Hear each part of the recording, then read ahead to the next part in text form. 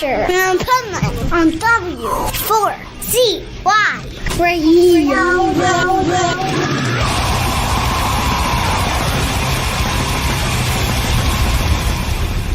Wake up, America! It's time for the Adventures of Pipeman on W4CY.com, West Palm Beach's #1 internet radio station. Here's your host, the Pipeman. She's a monster, my Harley Quinn, baddest body the cloud has ever seen. Roller coaster, spinning wheel, record turning, electrify. This is the Pipeman here on the Adventures of Pipeman W4CY Radio, and I'm very excited about our next guest because, man, their music dates back to when I'm a little kid, and that's going pretty far back. So I'd like to welcome to the show Stevie and Richie from The Suite. How are you? Really great. Thank you. Yep. Just a few decades, really. Come on. I know, right? It kind of like amazes me nowadays that bands like yours or other bands that have been around that long are even still around now. Like, I think it's so cool. Yeah. We're excited to keep this vision alive, and we're better than ever. Well, I'll tell you, when the band came out in the '60s, late '60s, as it's evolved into so many various incarnations, we're very proud of what we're doing out there and pleasing the fans nationally, worldwide. We're excited about our new material as well, so it's all good. Yeah, so I always like to find out from artists that have been doing this so long, like, what's it like to come up with new material now opposed to, back in your beginning? And I know with this new song, Insane, basically, it was something that like just happened in the shower.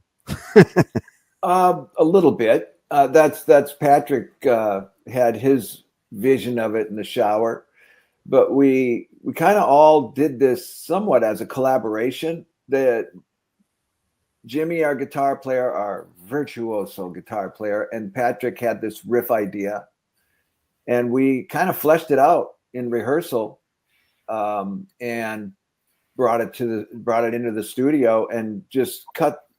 Basically, we set up a structure for it, and we laid down the tracks without any vocals.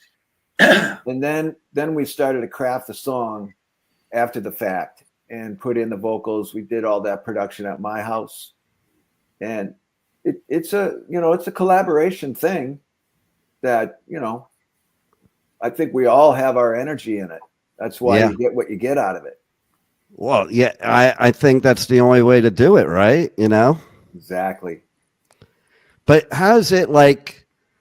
It just boggles my mind that you can just still come up with new material, whether it's a riff or lyrics, like especially a riff to me, because it's like, how many riffs could there possibly ever be? I always think, and it's like, but yet a new one always comes along.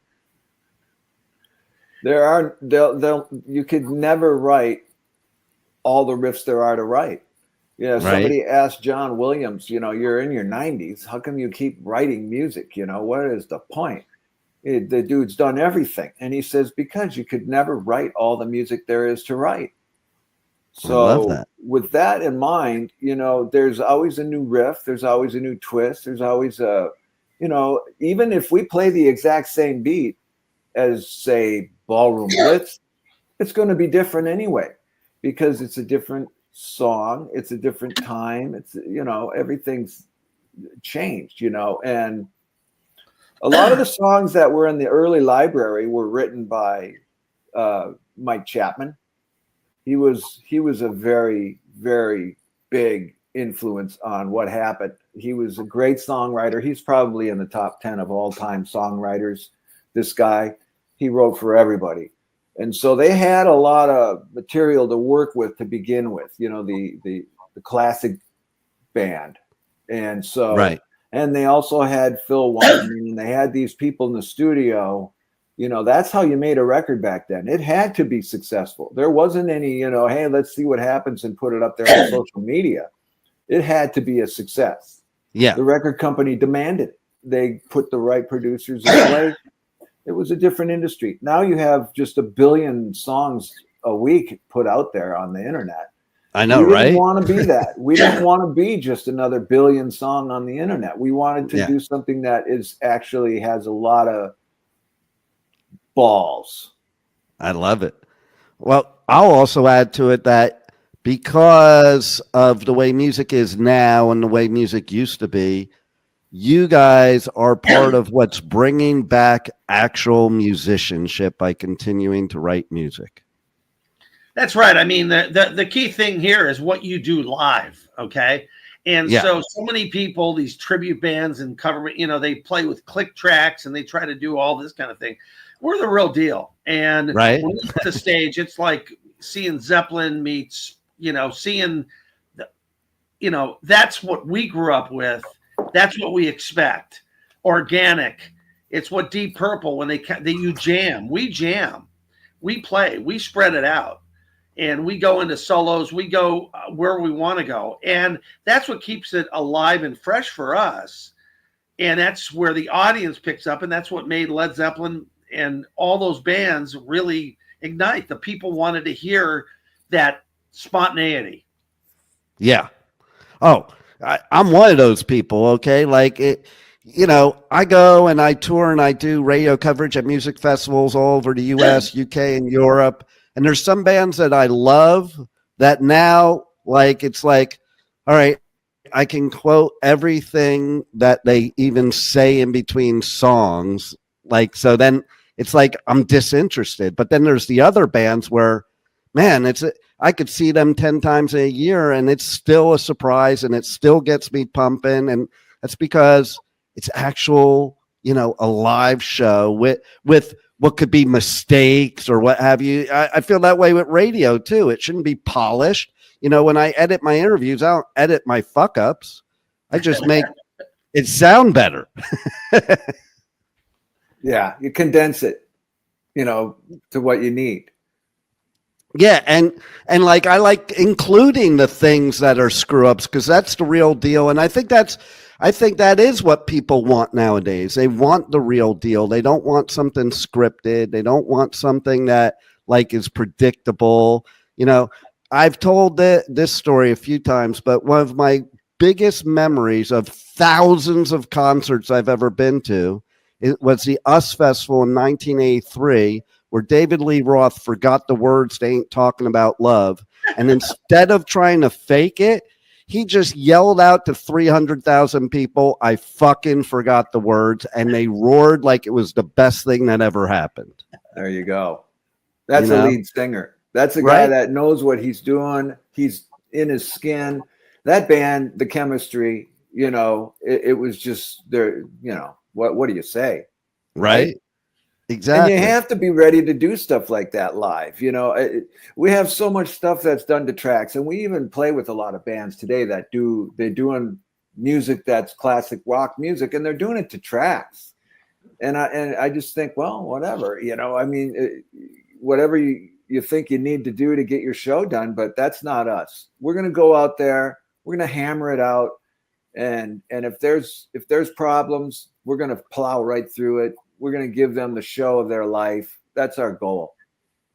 I think too that's the way to get people off their phones nowadays at concerts, by them not knowing what to expect. They have to look up the whole time. Good point. Yeah. Right. Well, it all gets captured now. I mean, you can't do a show without it being totally captured 1,000 times. So, no doubt. Yeah, it's good. And you guys have been doing a lot live. You got something coming up very soon here in Vegas at the Golden Nugget. So that's cool. It's a family for us there. We love that place. Yeah. So what can people expect at that show? For people that have never gone to one of your shows, tell me why they should be there. Because it's the first time we've ever come on stage nude. Okay. Well, maybe for you. Maybe for you. Sorry. You should do that at the Sphere. And then it'll be just like all over the whole Sphere. Yeah, that's a good look. No, that would not be pretty. Okay, that would not be pretty. Yeah. What's going to be amazing is you're going to see the new songs that we've created. You're going to hear "Insane" and "Little Miracle," and you're going to see a presentation. That's the spice on this time, but we mix it up. It'll be another set. It's something that we play the Nugget a couple times a year. This time we're going to mix it up, so it's going to be fresh. And, we've really evolved the show. So even in between the songs, we jam. And that's what I was saying, the spontaneity of what we do. And we're flying by the seat of our pants, too. And it's more fun, right? Yeah. When you fly by the seat of your pants, it's like, but if you're a qualified musician, you should be able to play and be able to just salvage whatever you've got. You just, it's just like, okay, let's go. And that's what you're going to see at the Golden Nugget this time. It's going to be better than ever. I love it. And so, a lot of times audiences, they only want to hear old stuff. They don't want to hear new stuff. And to me, the benchmarker of how good the new music is how well the audience is accepting it, especially when you've been around a while. So what have you been experiencing? Like the audience has been like loving your new music so far, right? Yeah, they do. They're singing the words by the end of the song, so what more can you ask for? That says it all right there. Yeah.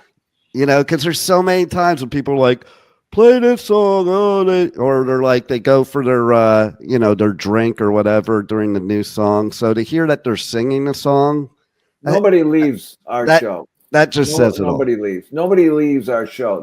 It's just they're on their feet.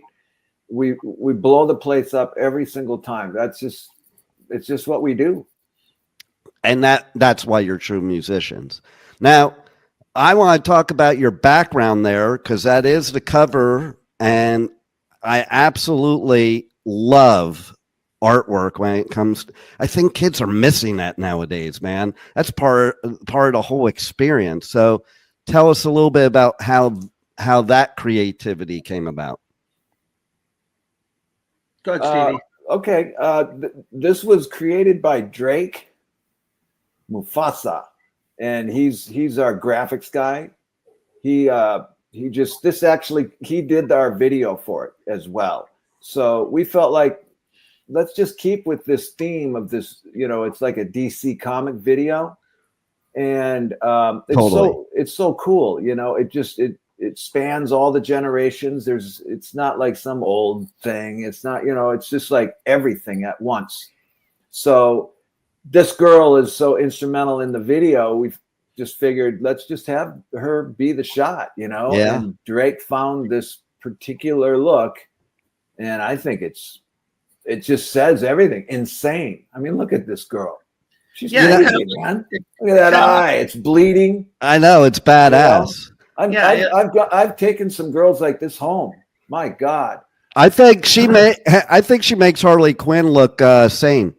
Pretty much. And yes, I have to say I've probably taken a few like that. I like the crazy ones. I have a sign, in my bedroom that two of my daughters bought me that says my next wife won't be crazy. And I responded to, they bought this for me. They're talking about their mother, and I'm like, yeah, I wouldn't bet on that. Yeah. I was just talking about it on my live show yesterday. It's so funny that we're talking about this now because the subject of my live show yesterday was, why do women love serial killers? And then, no kidding. And then I talked about myself, and I'm like, well, is it bad that 2 of the 3 loves of my life aren't even real life people? They're characters. Like one is Harley Quinn. So that just says it all. I don't know. I've always wondered that myself. People just line up for these people that are doing life in prison for murder or whatever. Right. Talk about the ultimate bad boy. It just. I mean, think about it. Charles Manson. Okay, what these women would do for Charles Manson, okay, or Ted Bundy. And like some of these serial killers, they live like normal lives with a wife. Yeah. And the wife's like clueless of what's really going on. Yeah. Well, you have to hide it. I mean, you don't want to, it's not something you want to advertise, that you're out there just like slaying people. Well, unless you're Dexter. Have you ever watched that show? Oh, I love that show, dude. So that's my other love of my life is Hannah McKay. Again, a character. But like he could be himself around her because she was a psycho serial killer too. Yeah, that was a cool series. They rebooted it too, I think, didn't they? Oh, not only did they reboot it, but now they have another series now, like a prequel series. So they had the what? Okay, so that's the reboot, probably. That's probably, but it's like a prequel, and they had the one where how he is now 10 years later, but that was like a one-off. That was a one season, and that's it.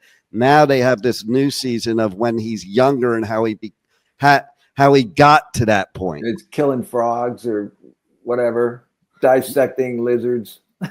Yeah, it's and then like it gives a lot of the backstory of his brother, and how his brother stalked him his whole childhood. Oh wow! Yeah. Cool. So yeah, great actor. Yeah, you'll have to check it out. If you like Dexter, you'll like that. You'll like both of the new ones for sure. Yeah, that's cool, man. So tell everybody how they can get the new music, how they can check out all your tour dates. You have a pretty badass website, so let's give that out and give your socials and all that stuff. Go ahead, Richie. Yeah, go to the Sweet, SWEET, sweetband.com. thesweetband.com. And that will get you everything you need as far as tour dates. They're being added daily. And as far as going on Spotify and all the major to get Insane, download Insane, Spotify and Panda, everywhere you can find Insane, just put it in your computer and that'll pull that up. So that's the main way to reach us. And there you go. Nice. Yeah. So one story, good or bad, that you probably both have different stories in your whole career of doing music or doing this project or anything, what holds out in your mind most of all? Wow. That's a long career of I know, stories. Is it? That's the hardest question in the universe right there. I could throw one out that's we're not a language barrier show, correct? We can say whatever. You could say whatever the fuck you want. In fact, that my show yesterday is What the Fuck Wednesday. On my Wednesday show, we call it What the Fuck Wednesday. Okay, all right. So we get my dear friend Nick St. Nicholas is from Steppenwolf, and when I was young, I was in my 20s, and I was playing with him. This is kind of he broke me into the the big time kind of and we always ended up playing biker festivals, right? And so if you're associated with Steppenwolf, you kind of get a get out of jail card from the Hells Angels for free, no matter what, for life. It's right. Just a thing, right? So I haven't used mine yet, but I still got it. I threaten people with it though. But there anyway, you go. We're playing this. We're playing a private show for the Hells Angels Minnesota chapter, and it's this big field, and there's just hundreds and maybe 2,000 bikers. They're all Hells Angels, and then Hells Angels, friends, whoever right. Guys are that they allow to exist and they don't fight with. And they're all out there, and we're up on this trailer, and we're just hammering away. We're just playing this shit, and we're trying to do everything we can to get their attention. And everybody's just got their back to us. They could give a shit. They could care less. And I'm standing over there on keyboards at the time. And Nick goes up to the mic. He takes the mic. He goes, motherfuckers. Hey, motherfuckers. Motherfuckers.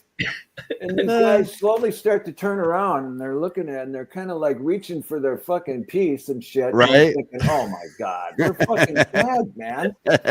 And then the next thing you know, there's this like yeah, they start fucking, yeah, you fuckers, and they're yelling back at us, and we're yelling at each other, fuck you, and they're fuck you, and then we started playing the Pusher, and the rest of the night was just unbelievably cool.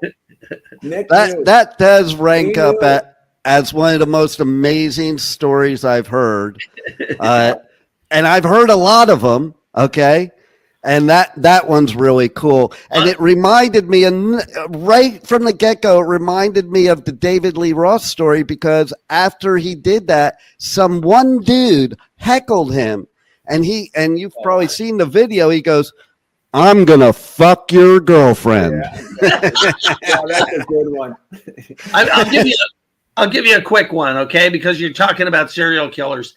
Growing up in LA, so I saw Van Halen play at Gazzari's, and I was in a big band at the time in LA at the Los Angeles. And so, it was the days of Coke and everything you could imagine. And I was in a big popular band in Los Angeles. We would outdraw Van Halen. And so we had everybody that would come out, Glenn Hughes, everybody would come to see our band. And a lot of, Chuck Wright was in the band, we're called Satyr, and Satyr. So we're this major band. And the Starwood was a big, big club. And so we met this one cat who, sold drugs. And long story short, I was at his house one night and talking about serial killers. Come to find out later, it was the Hillside Strangler. And they broke into the house where we were there. And I was handcuffed and almost killed by the Hillside Stranglers. It was Bono and Bianchi who broke in, and it was a drug ripoff that night. But they came in as cops with homicide badges. Holy shit. We were handcuffed, and I had a gun to my neck. I was pleading for my life. So that's the dark side of what was of rock and roll. So you want a real story about rock and roll and being involved in that seedy club of the Starwood and the whiskey and that whole scene and growing up in LA. I'll give you that one. But anyways. And for anybody that thinks it's like unbelievable, I lived that Sunset Strip scene in the 80s full on. That is so believable that happened. And like, I lost my virginity in the Manson caves. Oh, man. Says it all, man. Exactly. So anything else you guys want to share with the listeners that we haven't covered yet that they need to know before we go? They got to come see the band. Yes. Come see the band and demand that our band comes to your city, because we want to spread our music all over. People that in the U.S., they kind of listen to, they know the Ballroom Blitz, Fox on the Run, but not as much in Canada or the UK where they know the name Sweet. So Sweet, keep it in your mind, and we're ready to rock the house. So we really appreciate it. Thank you. See you. Make sure you go listen to Insane and go download that baby, or put it in your playlist, song list, your playlist, and we'll see you out there somewhere. We're playing Golden Nugget next weekend on the 14th. Nice. And it is a badass song. I used it as my fuel to get me pumped up for the interview, because music is always the pump up for me. And that song definitely gets the adrenaline pumping for sure. Excellent. Thank you. Well, thank you guys for making great music, and thanks for being on the Adventures of Pipeman. Right on, buddy. Thank you. It. This is Stevie Stewart from The Suite, and you're listening to and watching The Pipeman on W4CY Radio.